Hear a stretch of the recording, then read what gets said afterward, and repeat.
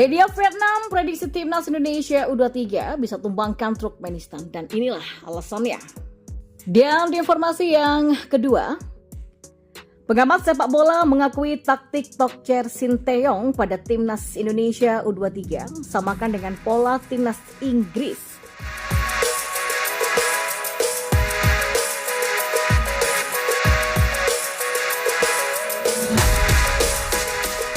Ya, kita ke informasi yang pertama. Media Vietnam memberikan prediksi bahwa timnas Indonesia U23 bisa mengatasi perlawanan Turkmenistan dalam laga terakhir Grup K kualifikasi Piala Asia U23 2024 pada Selasa 12 September di Stadion Manahan Solo. Timnas Indonesia U23 versus Turkmenistan menjadi laga penentu siapa yang akan menjadi pemuncak klasmen akhir Grup K. Pasalnya kedua tim punya poin yang sama, yakni 3 angka. Meski begitu, Garuda Muda unggul selisih gol. Sebelumnya anak asuh Sinteyong menang 9-0 atas Chinese Taipei, sedangkan Turkmenistan hanya 4-0. Situasi tersebut juga sedikit menguntungkan timnas Indonesia U23. Tim asuhan Sinteyong membutuhkan hasil imbang saja untuk bertengger di pemuncak grup. Ya, unggul selisih gol ini membuat Indonesia butuh bermain imbang dengan Turkmenistan untuk memuncaki grup dan ini sama sekali bukan tugas yang sulit bagi pelatih Sinteyong dan pemainnya. Tulis laporan Soha.vn di Sadur pada Selasa 12 September. Media Vietnam menyoroti timnas Indonesia punya tim yang kuat, apalagi kepercayaan diri pemain sedang naik usai mengalahkan Chinese Taipei 9-0. Ditambah Garuda Muda merupakan tuan rumah grup K kualifikasi Piala Asia U23 2024. Pastinya dukungan supporter akan memeriahkan stadion dan itu dianggap sebagai keunggulan. Memiliki performa yang sangat kuat, unggul sebagai tuan rumah, serta pemain milik kepercayaan diri, Indonesia bisa meraih kemenangan melawan Turkmenistan. Akan tetapi Sinteyong mewaspadai Turkmenistan menjelang bentrokan ini. Tim asuhan Ahmed Aga Miradov itu dianggap punya cara bermain yang bagus, apalagi sempat mengalahkan Iran di tahun lalu.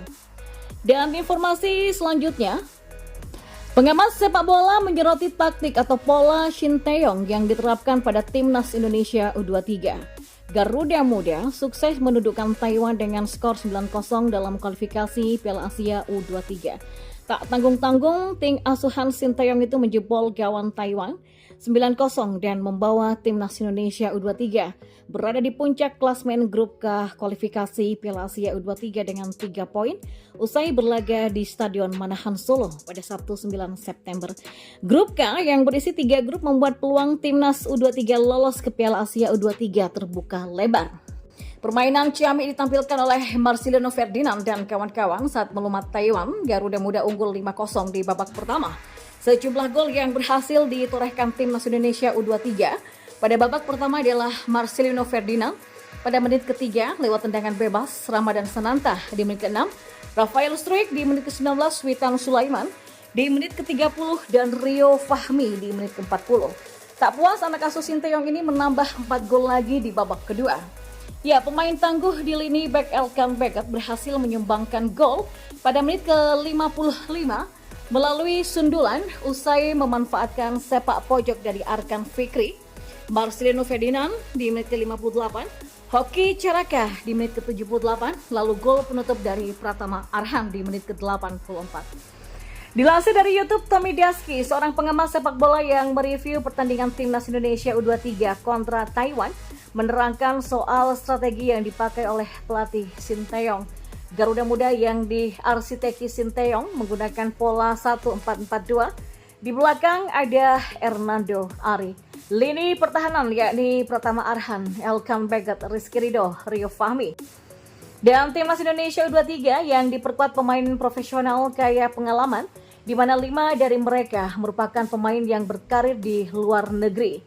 Kelima pemain tersebut adalah Pratama Arhan dari Tokyo Verdy, Elkan Begat dari Ipswich Town dan Marcelino Ferdinand dari KMSK Denze, Ivar Jenner dari FC Utrecht dan Rafael Struik dari ADO Den Haag.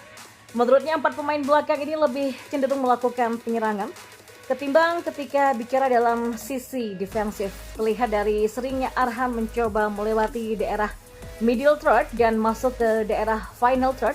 Hal serupa juga dilakukan oleh Elkan Begat dan Rizky Ridho. terus bergerak ke depan untuk mengurung pertahanan yang dimiliki oleh Taiwan dengan skema 5-4-1. Di middle third yang mengisi adalah Ivar Jenner dan Arkan Fikri.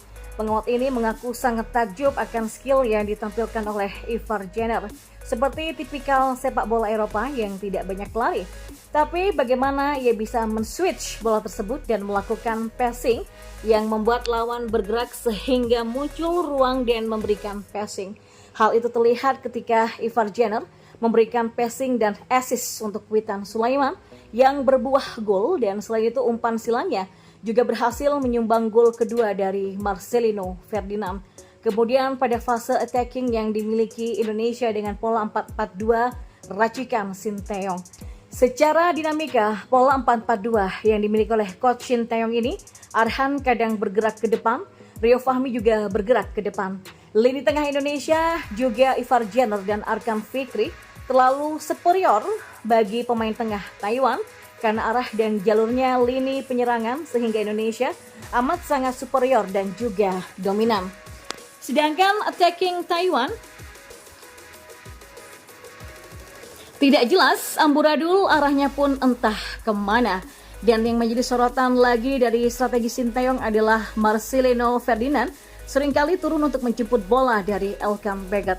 Pemain KMSK Denzi ini menjadi jembatan untuk sisi penyerangan, sementara posisi yang ditinggalkan diisi sementara oleh Pratama Arhan. Ramadan Sananta dan Rafael Struijk juga sering bergerak hybrid. Dijelaskan bahwa hybrid dalam terminologi taktik adalah tidak hanya berdiri saja di posisi statis di area tengah, tapi pemain itu juga melebar ke kiri. Hybrid ini pun juga sering digunakan oleh timnas Inggris di Piala Dunia 2022 di Qatar pada beberapa waktu yang lalu, di mana posisi itu lebih sering dilakukan oleh Harry Kane, mantan pemain Tottenham Hotspur dan yang sering bermain hybrid, hingga terminologi hybrid menjadi beken dalam dunia taktik sepak bola.